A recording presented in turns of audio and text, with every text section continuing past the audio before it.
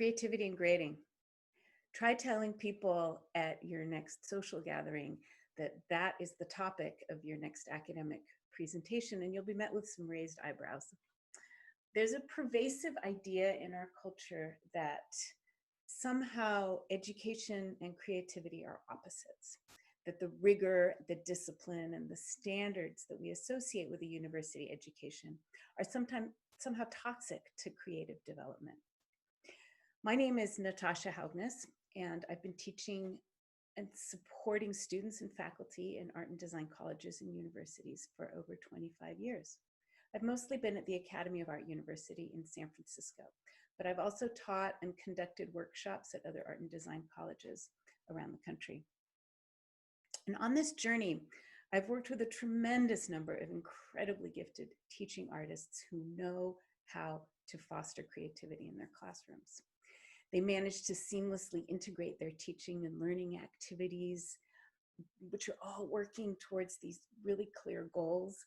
And there's rigorous assessment happening all the time, but it's not discouraging students, it's actually propelling them forward.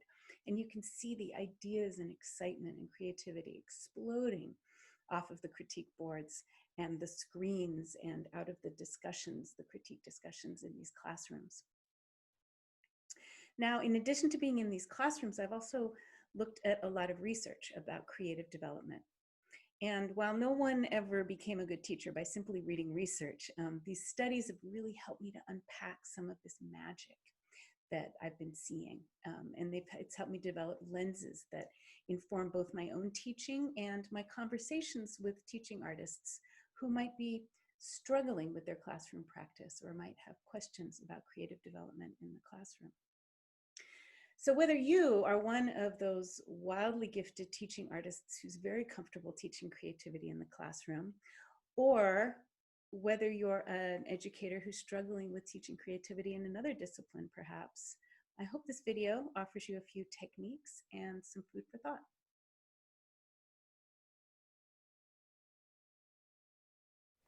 The aha moment is at the heart of the creative process. It's when you have insight into a creative problem, and it feels like these moments come out of the blue.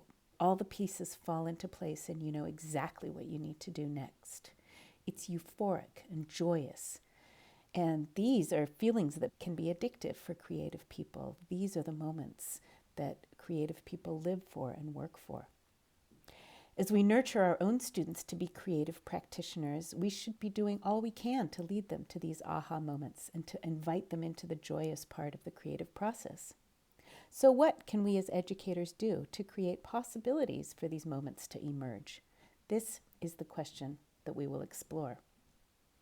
Now, before we get into the details of that specific question, let's look at some bigger principles of grading and the creative process. I mentioned earlier that many see grading as the enemy of creative development. Now, this is not entirely unfounded. If you've ever had that singing teacher who told you that you had no talent, or that drawing teacher who told you you were not going to ever be good enough, you know this. Some ways to squelch creativity are by giving judgmental feedback with your grades, by making your grading process not constructive so that it's not helpful for future projects, or by making it arbitrary. This last point is really important. I don't think anyone consciously decides to grade arbitrarily, but it can happen to the most well-meaning instructors. Let's take, for example, a new design instructor who might subconsciously ascribe to that grading squelches creativity belief that I mentioned earlier. She starts teaching, encouraging students, and she never mentions grades. But then the midterm rolls around, and she's required by her college to enter grades. She finally does this reluctantly at the deadline, but without anything to back the grades up. Maybe she assigns all C's or all A's, and her students become confused and demotivated by these grades. So in this odd sort of paradox, this really well-meaning instructor's downplaying of grades actually ended up harming students in the way that she was trying to avoid in the first place. There are some practices that support creativity in grading, and that is when the grading includes helpful feedback, helpful constructive feedback that students can put into the next steps in their project or into future projects, and when that grading is based on transparent criteria. Now, the aha moment that we're talking about in this video is part of a larger creative process, and I wanted to spend a minute talking about that. This process is not linear, although I'm going to put it on a line in a moment. Experienced creative people often jump back and forth between the steps of the creative process. So they might define a problem, research it, prototype a solution, jump back to redefining the problem, combine ideas, and so on, several times before actually completing a project. Keith Sawyer, who is both an academic researcher and a creative practitioner, depicted this process in both the content and title of his book called Zigzag. He also wrote a more academic version of this book called Explaining Creativity. Now, Sawyer says that while experienced people zig and zag through their process, it can be helpful for novices or people like our students who are just learning to gain confidence in their creative processes to take a more linear approach to the process. So we're going to put this process on a line, and there's also a linear aspect to the steps that precede this aha moment, according to the research. So let's take a look at that. While these moments feel unpredictable, they feel like they come out of the blue, research tells us that there's a pattern of events that lead up to them.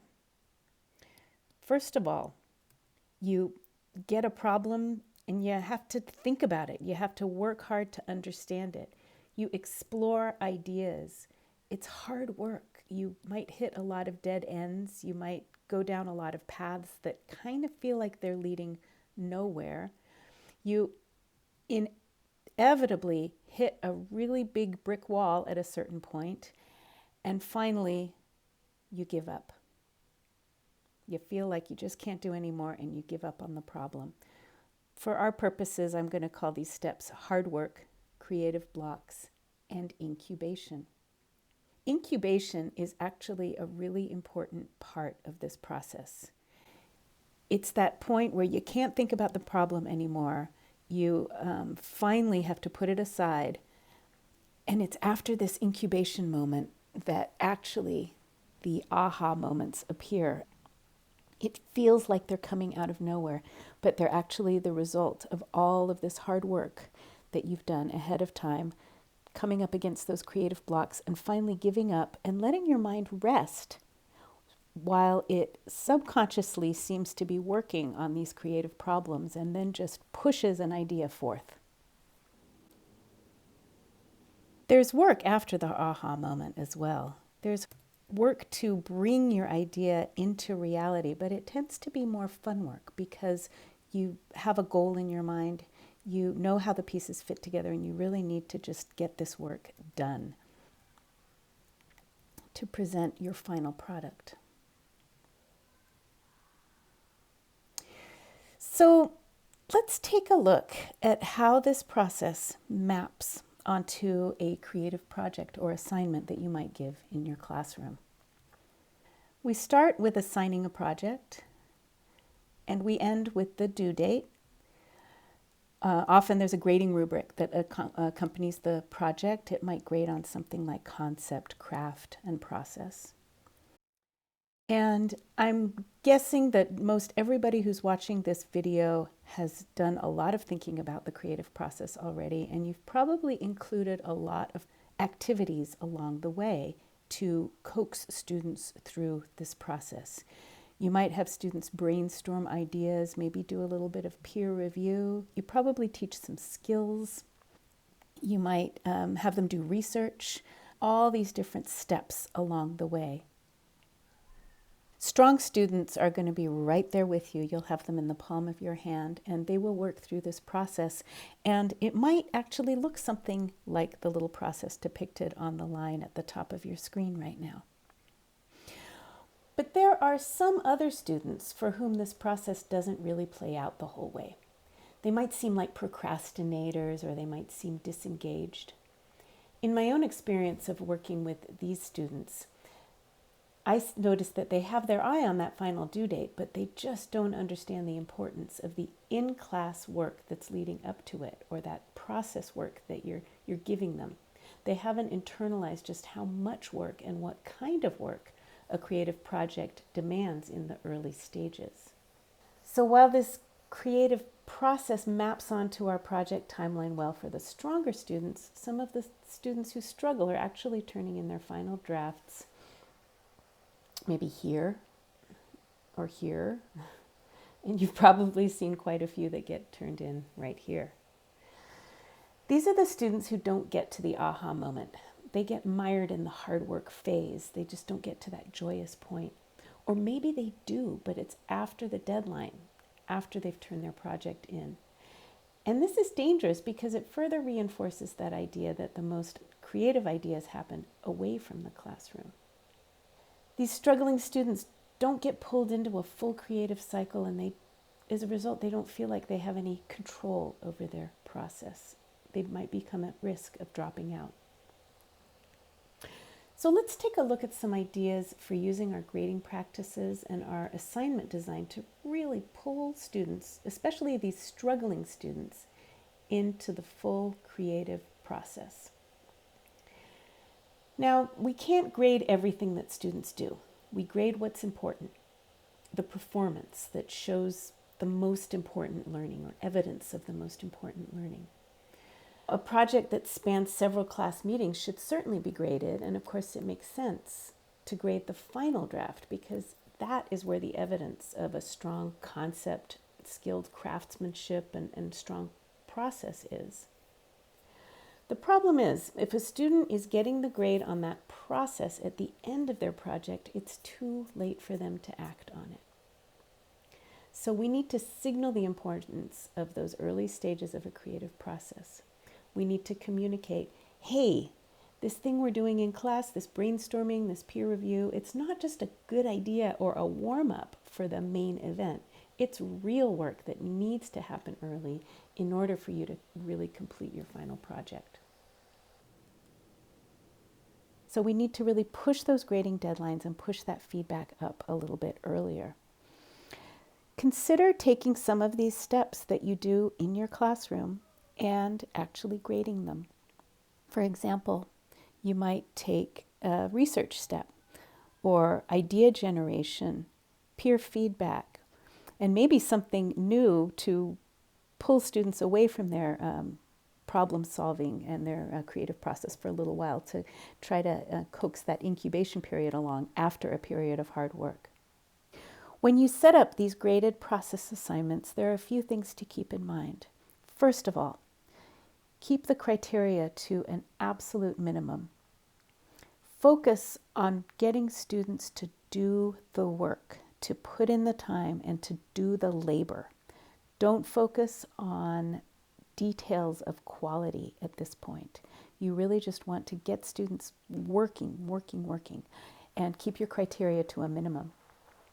I also don't recommend necessarily using letter grades at these early stages of a process. Letter grades tend to lead us down that path of getting really picky and detail-oriented with our grades.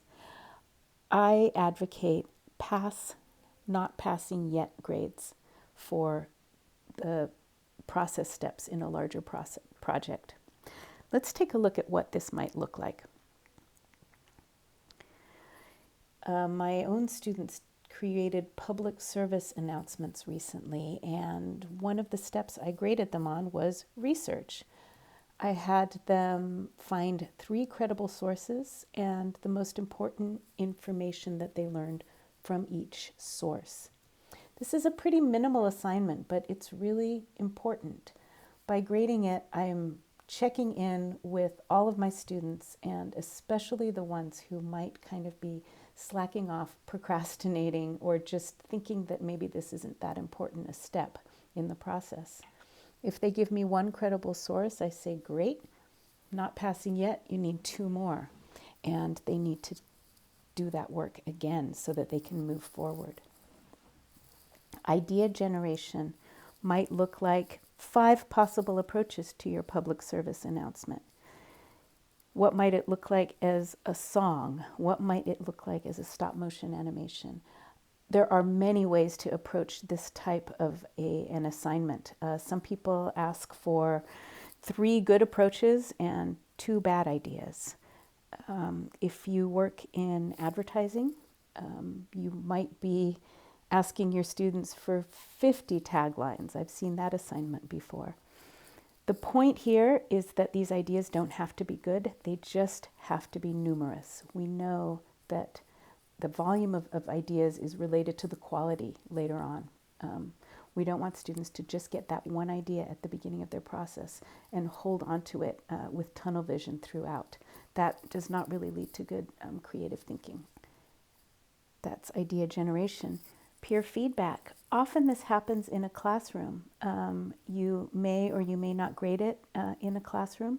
While we are all in this online world, I have my students do peer feedback outside of the class, and I have them submit evidence of their meeting, a summary of the feedback they received, and an outline of what they're going to do next. Again, this gives me some accountability that they've actually engaged in the peer feedback, that they've thought about it, and that they've taken something substantial away from it. And again, if they have these 3 things, they pass. If they don't, they need to go back and get more feedback or develop a plan. The point of a something new activity is explicitly to draw students' attention away from the project that they've been working on. This is meant to induce the incubation stage of the creative process, which is so important for insight and aha moments to appear. Now, of course, if students haven't been working really, really hard at a project, a different project like this will just be distracting. So be careful. Only use it if students have really been working hard, and let them know that whatever you have them do is really important. I have students read a completely different article. We do a lesson on something entirely different. We might play a grammar game or something like that to just really take their focus away from the project at hand for a while. When it comes to the end of the project, if you've been doing these pass, not passing yet steps along the way, you'll have your process grade right there. Maybe if students have completed 4 out of 5 of the steps, they can get a high mark. But you will have given them the feedback that was important to that process earlier in the process.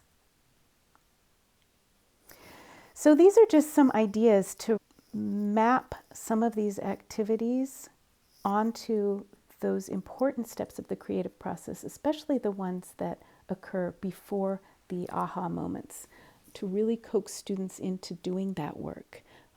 Some art and design students don't really care about grades. A lot actually do, and when something is graded, it coaxes them into doing it.